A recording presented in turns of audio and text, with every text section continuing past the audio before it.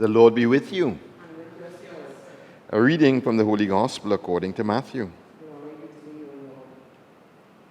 Jesus said to his disciples, "You have learned how it was said to our ancestors, 'You must not break your oath, but must fulfill your oath to the Lord.'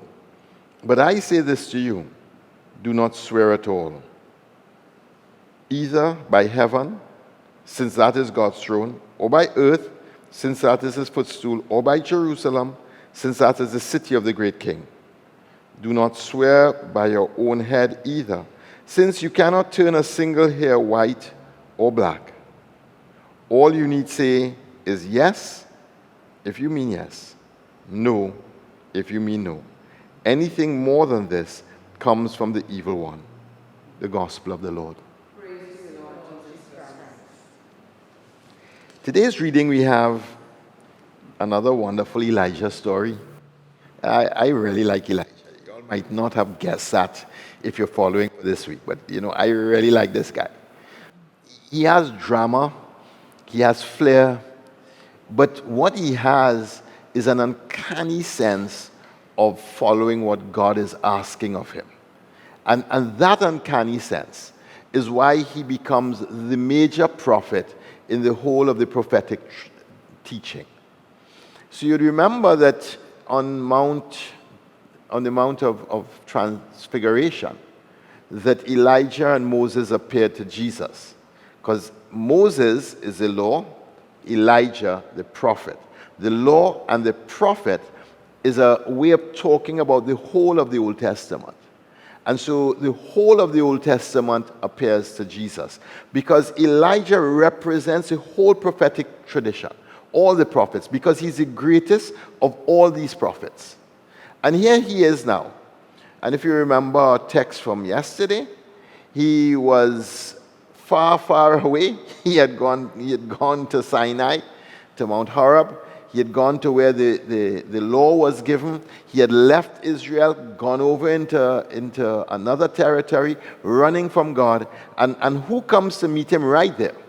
God himself. And what does God do when he finds him? He remissions him. And how does he remission him? By speaking to him in a gentle breeze, through the voice of conscience. And then he says to him, "Okay, go now and let's do some succession planning.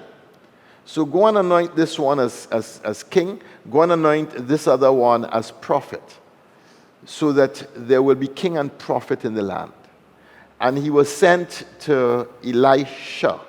And our reader got it very good because Elijah, Elisha. And you better get those endings right, otherwise you get completely confused. So he goes to him, and he doesn't say a word. He walks by him. The man is with his plow, with 12 oxen in front of him, and he's plowing up his field. He walks by him, and what he does is he takes off his mantle and throws it on Elisha and just keeps walking on. Now, really? I mean, that's going to stop you in your tracks?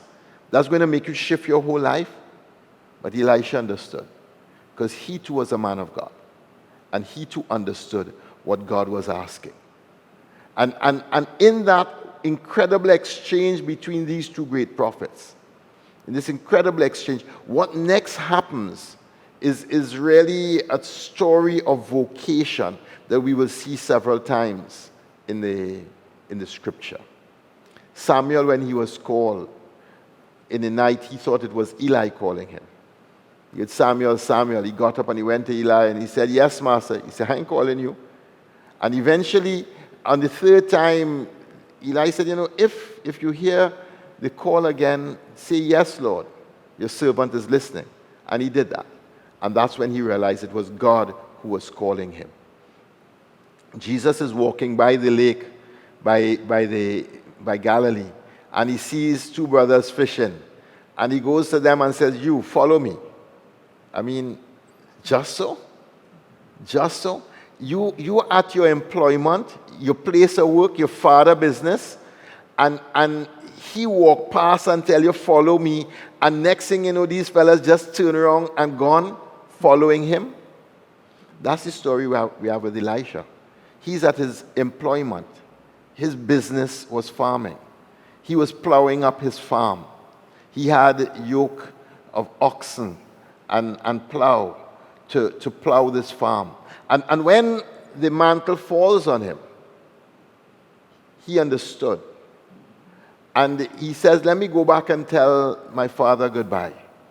And here's another wonderful biblical story. What have I done to you? I do you something? How you treating me so badly? I mean, I love the Bible, I love the Bible. But here's the story that you pass me, you throw a piece of cloth on my shoulder. I tell you, okay, well, I understand you want me to follow you. But can I just go and tell my father goodbye? And you asking me what I've done to you? But we see that again, in Wedding Feast of Cana, where Mary is saying to Jesus, do this thing for them. And Jesus is saying, wait, what is this for me and you? What is this? So the story is familiar. It's vocation's story. It's your story. It's my story. When God calls us, he calls us in a way that we will know and understand. But the question next is, how do we respond? And that's the real challenge. Because God calls us every moment of every day. And he calls us to live for him. And he calls us to live a life for him that is noble and that is good and that is holy. Do we really respond to God? Or do we still want to live our own life, doing our own thing, and responding in our own way? And that's the real challenge. That God is calling, how are we responding? And that's the real challenge. God's call, our response. So how does Elisha respond? So after he get buff from Elijah, who said to him, well, I do you something? What you want to go and say anything? What does he do next? He takes his plow and he makes a fire with it. He takes 2 of his oxen and he makes a cook-up with it. And he feeds his men. And then he goes and follows. What he does is he makes it impossible for him to return to his place of business. He makes it impossible for him to return to his place of business. He closes one door behind him. He opens a new door and goes forward without being able to have this door opened again behind him. I remember when I was stirring with vocation and this thing was tearing me to pieces. I was in business. I had a steel fabrication business. I was doing good. Gates, grills, doors, rails. I was even doing jobs in some of the big housing developments at the time. I had 6 men working for me. I was living a life. I thought I loved that life. It was wonderful. I had disposable income, more than my friends who went to university and came back qualified as professionals. I was doing real, real good. And when the vocation call came, I went to see my uncle, and we had a really great and long conversation. And at the end of it, he said to me, look, why don't we get somebody, let me find somebody to run the business. And that will give you a year. At the end of the year, if you're really sure this is what you want to do, then you just continue on. But if at the end of the year you are not sure or you want to come back, at least it will be there for you. I thought about it, It was real good, It's a great, great opportunity. And I thought, this is real practical and nice. And then I heard myself look at him and say to him, Uncle Ken, if I have a back door, I'm the kind of person who will want to use it. I have to go into this with no back door, and I have to trust, even if I'm making the worst mistake in the world, somehow God will make it right. I have to do that. And he said, you have my blessing. Because he understood that this was not a half measure on my part. When we hear God's call, how do we respond? Elisha responds by closing the door to the life that he had before. That's how he responded. How do you respond? What is vocation? Vocare is to be called out from, to be called to. Every single one of us has a vocation. God calls every single one of us for a specific and particular way in the world to make a contribution that only you can make. No one else can make that contribution. And how do we make that contribution? By bending our heart to his heart and doing the thing that he asks. It is the greatest way that we can live our life. It is the greatest contribution we can ever make. And it is the happiest that our life will ever be.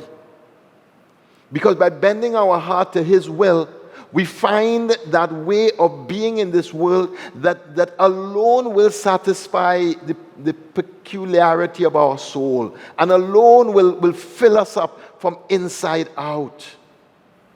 Our world teaches us the opposite. What our world teaches us is, you fill up yourself and you do you, and play you real well. Do you every day, 24 hours a day, 365 days a year, and on a leap year, 366. You do you, and you'll be happy. Well, the world lied. And many people have bought the lie.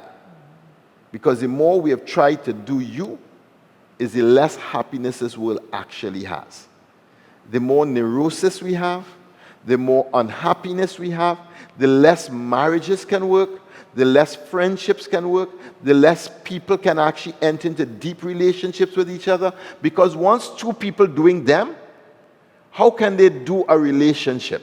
Because if you are only about you, you can't be about the other.